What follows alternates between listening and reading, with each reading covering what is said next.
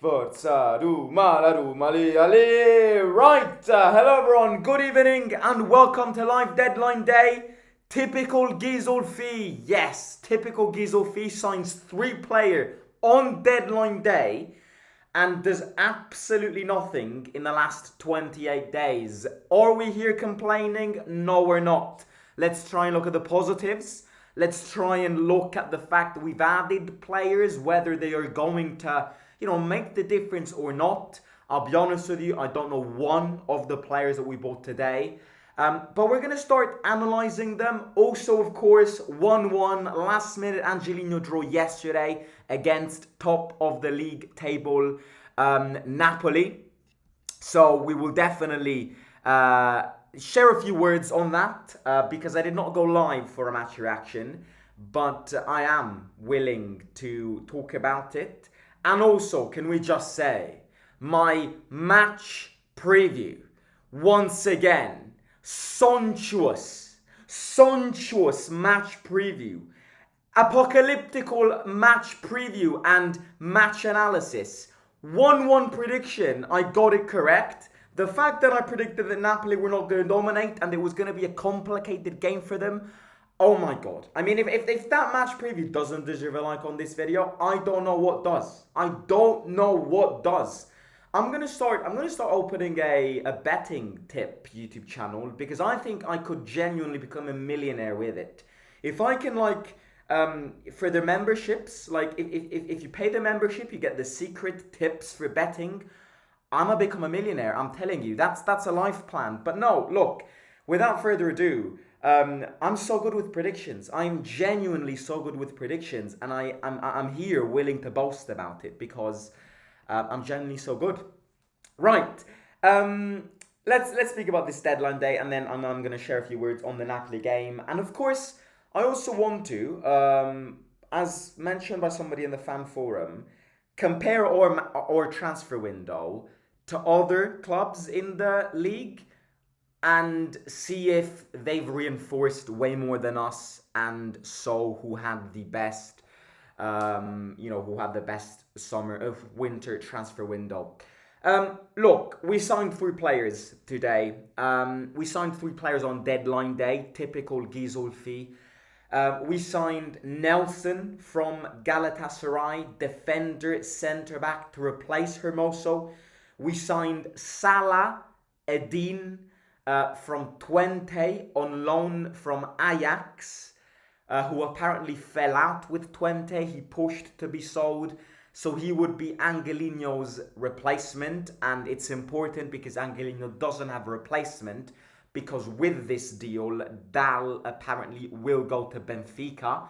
And all of a sudden, 23 minutes ago, Fabrizio Romano launches an exclusive saying that Roma are in advanced talks for Lucas Gurna DOUATH on loan deal with a buy option from RB Salzburg. Negotiations underway for the midfielder after signing SALAH-EDDINE and Nelson on a busy deadline day. Talks are progressing. Salzburg sources confirm this. So apparently it's another player that we can sign today. Transfer window ends tonight, the 3rd of February. Look, I'll be honest with you, I don't know any of the players that we signed today. In fact, the only player out of the 5 players that we bought in this winter transfer session, Gollini, Wrench, SALAH-EDDINE, Nelson. I can't believe we signed somebody called Nelson. It's gonna be a meme. Prepare for it because we've got a new meme coming our way. Nelson and why is it so funny? What's his name? DOUATH from RB Salzburg. Out of these 5 players that we could buy in this total package in January, the only player I knew was Gollini, back at his time at Atalanta. Very good, solid goalkeeper who can come handy as a backup goalkeeper. I don't know any of the players that we signed. I was not aware of their existence. I was not aware of the clubs that they played in. I am not in a position to say if they are good signings or not. I am not in a position and will not build an opinion on them because it's not fair to them and because I genuinely don't know them. So I'm not gonna massively comment on them.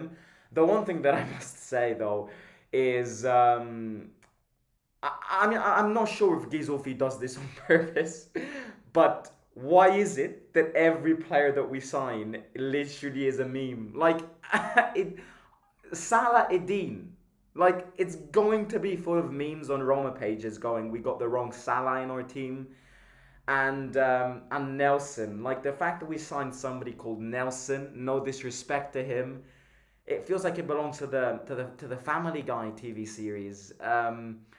But look, I think the most interesting one, if we are going to end it, is DOUATH from Salzburg. This exclusive news that Fabrizio Romano has launched 20 minutes ago.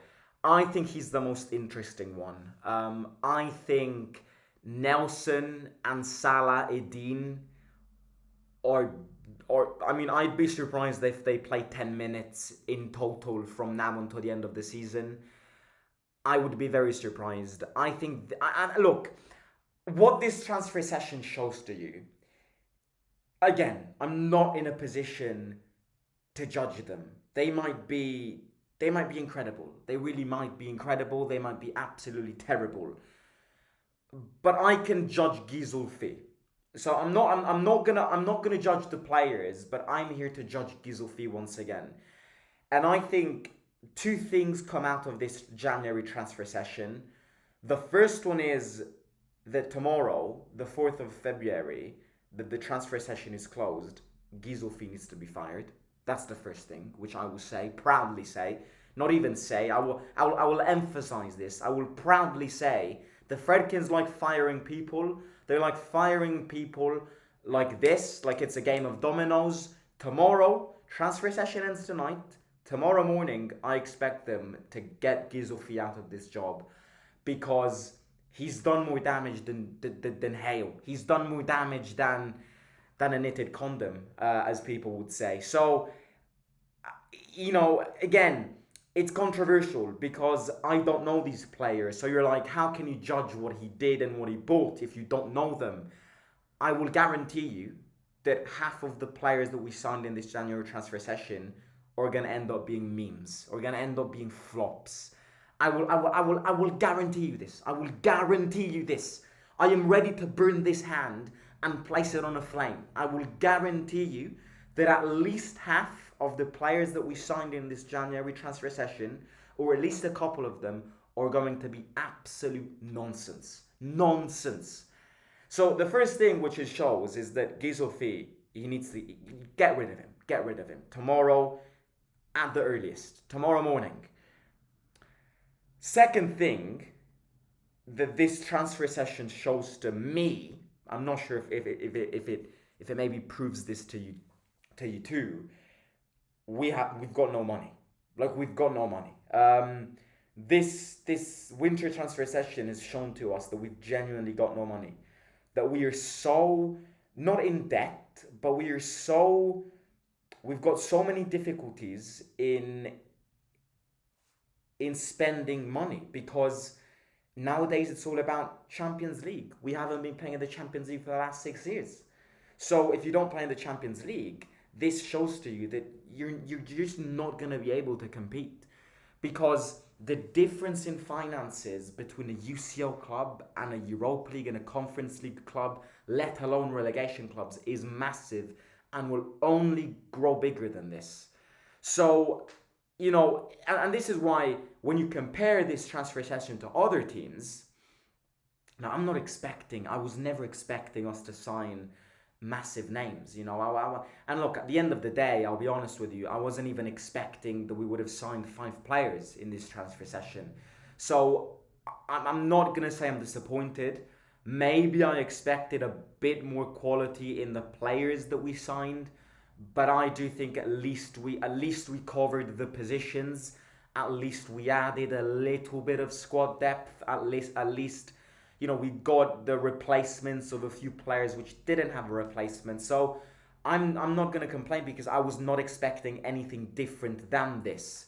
But if you do look at the other transfer sessions, and if you compare our transfer session to other teams, you look at it and you go, how are we supposed to compete with the other teams? Because look, I think if you ask me, somebody was asking this today, who had the best transfer session in the Serie A in January, I'd have to go with Milan, because Milan have added quality, because Milan have had a winter transfer session which for any other club would have easily revolutionized their team in a summer transfer window. Milan added a lot of quality. Now again, it's never a good thing. It's always good, but it's not guaranteed success, because I think they've added way too much quality. That they will find a team of saturated players which are going to go against each other in a team which is already an absolute mess this season. So on paper, Milan have had the best transfer session in January, but I wouldn't guarantee you that this on paper favoritism will also transcend onto the pitch and onto the results. I think Milan are in a mess. I think Milan's manager is a very contradicting manager. He's a very polemic manager. He is a manager which players are gonna fall out with. So look, they've added Joe Felix, they've added Kyle Walker. Apparently they're gonna sign Sotil from Fiorentina on loan. They've added Santiago Jimenez from Feyenoord. They've added quality. Like they've had a transfer session that for a team like us we would complete in 3 months in the summer. So good. I would definitely say that they have the best one. Other than that, I think our direct competitors had a normal winter transfer session, a transfer session which is not aimed at revolutionizing the club, but aimed at making the club more competitive, and at the end of the day, trying to solve the mistakes that you didn't manage to solve in the summer. Am I lagging a bit? I think I'm lagging a bit today, but it's fine. So that's what I would say. What I would give her transfer session out of 10, I'm not gonna give it more than a 4. I'm sorry, but I'm not gonna give it more than a 4.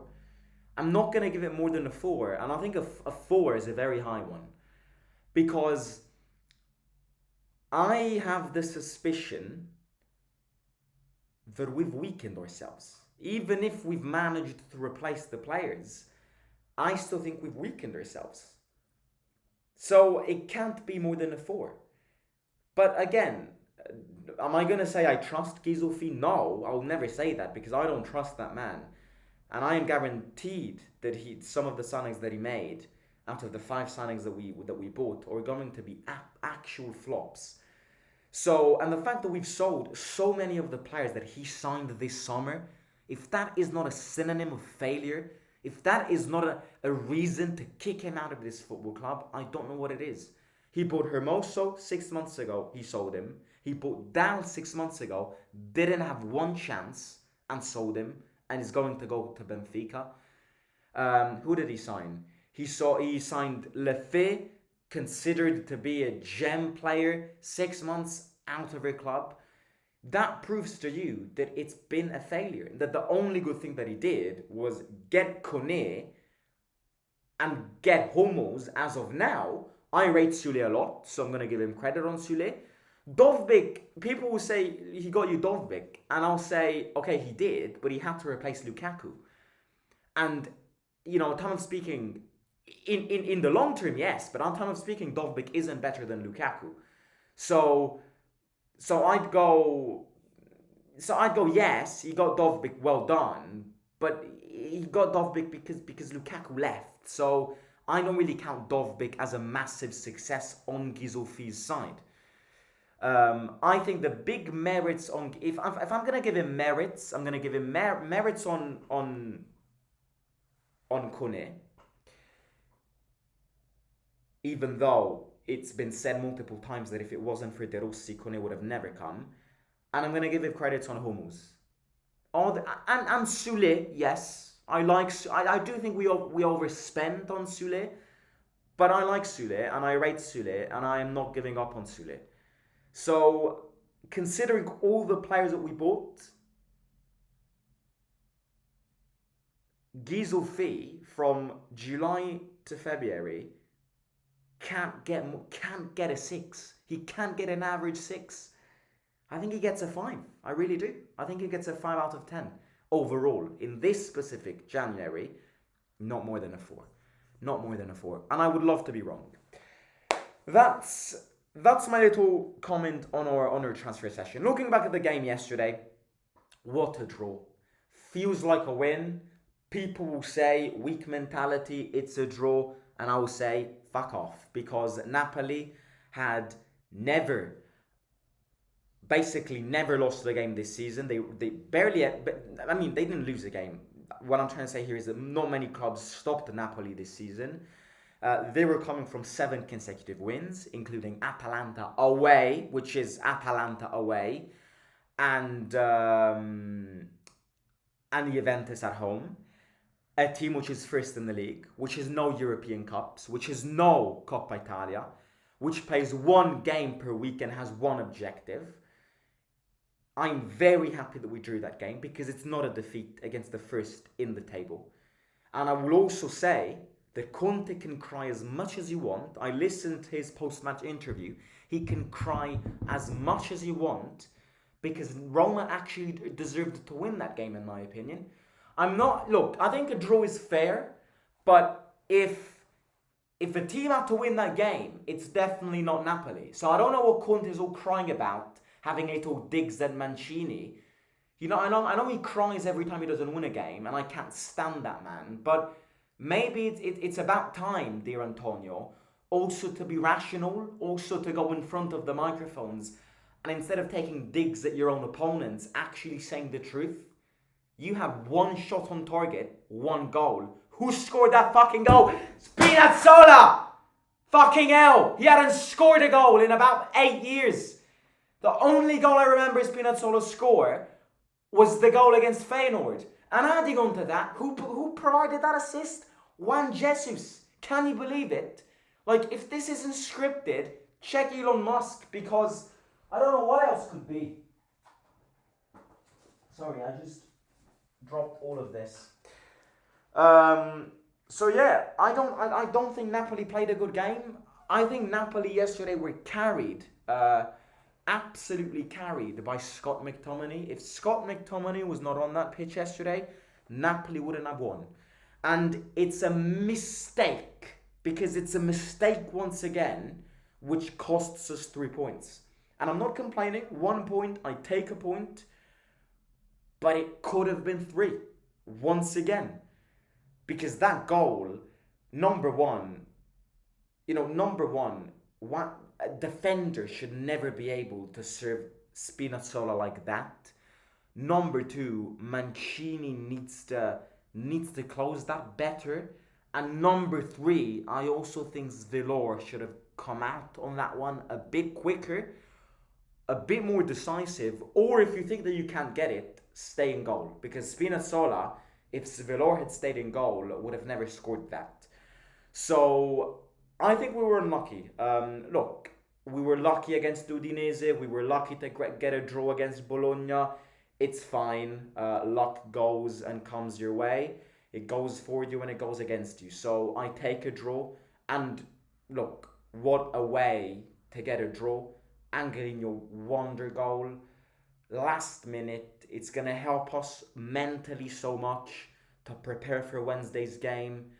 Vital game. Another in or out game in the Coppa Italia at San Siro against Milan, who are coming from a 1-1 draw in the derby. We'll speak about the game tomorrow in the match preview. But look, no. The last thing which I will say before I'll end it, because I'm gonna go play tennis in a bit, is the reason I'm happy, the main reason as to why I'm happy for the draw yesterday, is because Claudio had balls to rest the majority of our best players for at least 70 minutes, and we managed to not lose the game. So you drew against Napoli last minute. in a win that will morally help you a lot, in a game that for 70 minutes you played with Shimurodov, Cristante, and Shimurodov, Cristante, and you played with no Dybala, no Paredes, no Hummels, no Salamakers for 70 minutes, managed to get a draw at the same time. So perfectly studied the game, and adding on to this, you've also rested your best players for Wednesday's game against Milan. So it's a win-win situation, and I think Claudio deserves respect for it. I looked at that lineup and I was like, there's no way we're winning this. When they scored that lucky goal, I knew, look, it's the classic Conte lucky win, which will give them the league title. No, Conte, stick it up your ass. 1-1. He wanted to win. He goes back to Naples with 1 point. So yeah, look, I'll take it. I'll take it. I will absolutely take it. There is nothing else that I would have. If somebody would have told me to sign on a piece of paper for a draw yesterday, I would have signed on that piece of paper with our starting 11 on the pitch, let alone or resting our starting 11, resting our best players, and getting a draw with the players that played yesterday's game. So, look, I was very surprised with Angelino. I think Angelino, I know that I've criticized Angelino in the past, but I always tend to say never fully write down and jot down what I say in moments of extreme crisis and after terrible losses. I know that after that 5-1 defeat against Fiorentina, I said that Angelino was a mid-player. I remember saying that.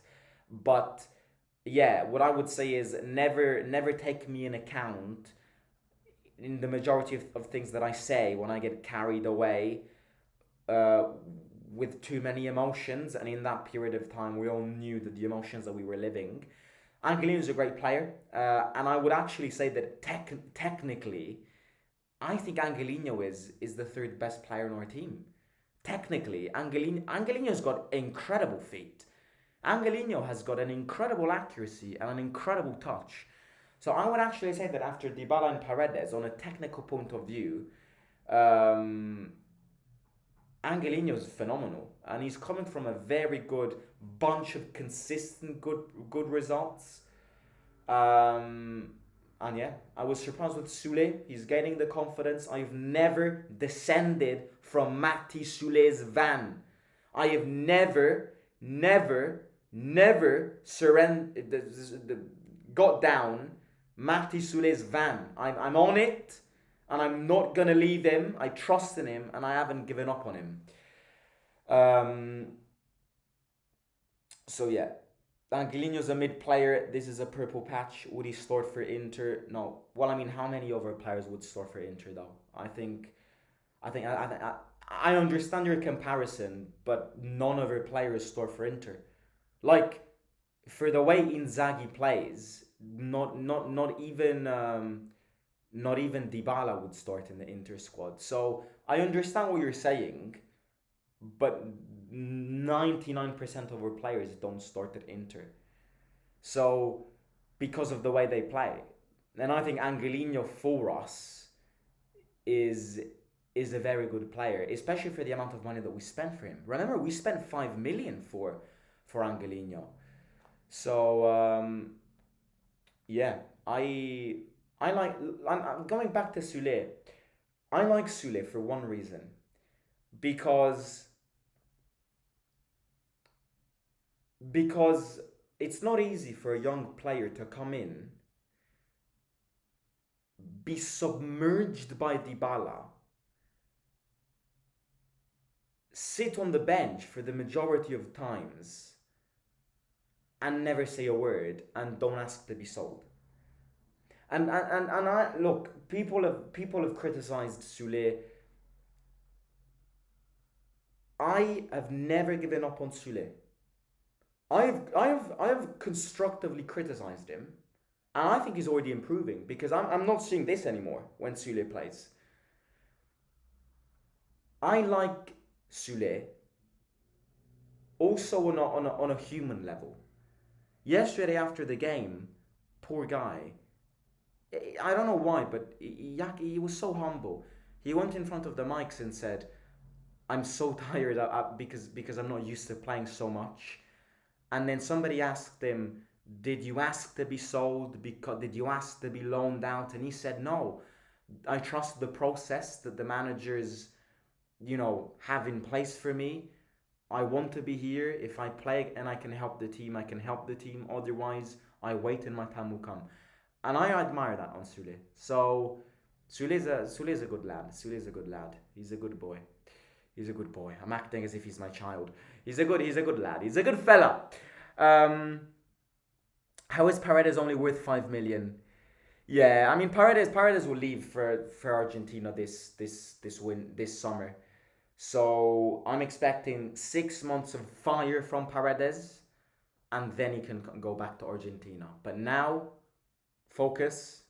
We've got the best part of the season, the most thrilling, the most adrenalinic. The best part of the season is yet to come. Coppa Italia on Wednesday, Porto in the playoffs, Serie A continues, last minute goal against Napoli. We're back going. I missed you. I missed you, Roma. I missed this Roma. I missed these nights. I missed celebrating a last minute goal, and I missed this so much. So, bosh. Right, I'm gonna leave you because I'm gonna go play tennis a bit. So, I'll catch you tomorrow. Match preview against Milan. Wednesday is our game. Let Claudio cook. Oh, we're facing Conceição. I can't stand the guy.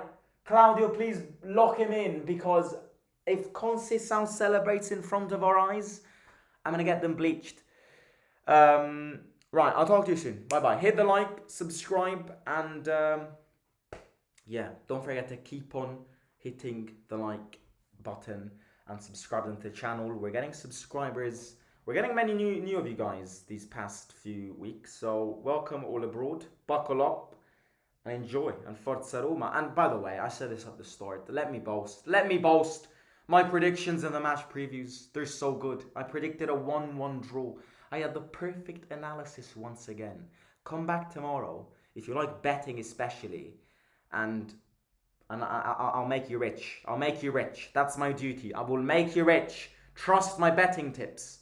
If this video gets 200 likes, if this live stream gets 200 likes, for all of you betting fanatics, I will do a membership only program where I study Serie A games on a weekly basis to give you betting tips.